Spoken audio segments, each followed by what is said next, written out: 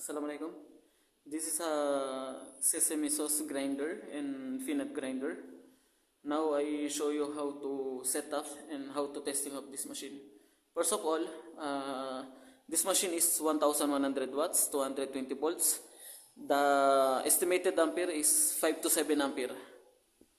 First of all, we need to remove of this cup, and then you need to apply the cooking oil of this grinder stone.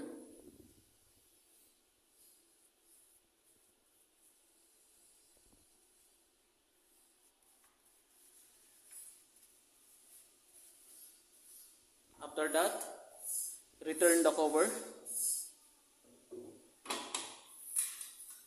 Make sure the lock is active. And then this is our setting. Clockwise is the size of big, and then counterclockwise is thinness. I plug in. Now the machine is working. The machine is direct. If you put a plug to electricity, 220 volts, the machine is always working. So first of all, the machine is working. We need to adjust the blade before put the nuts. Same like this.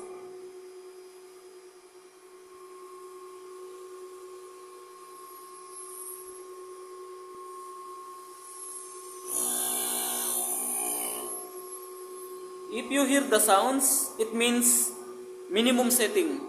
This is a very important to avoid the broken of grinding stone. Same like this sounds.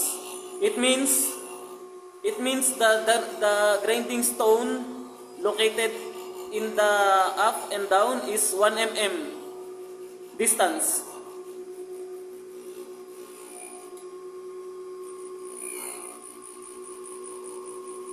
And then after that, put the nuts.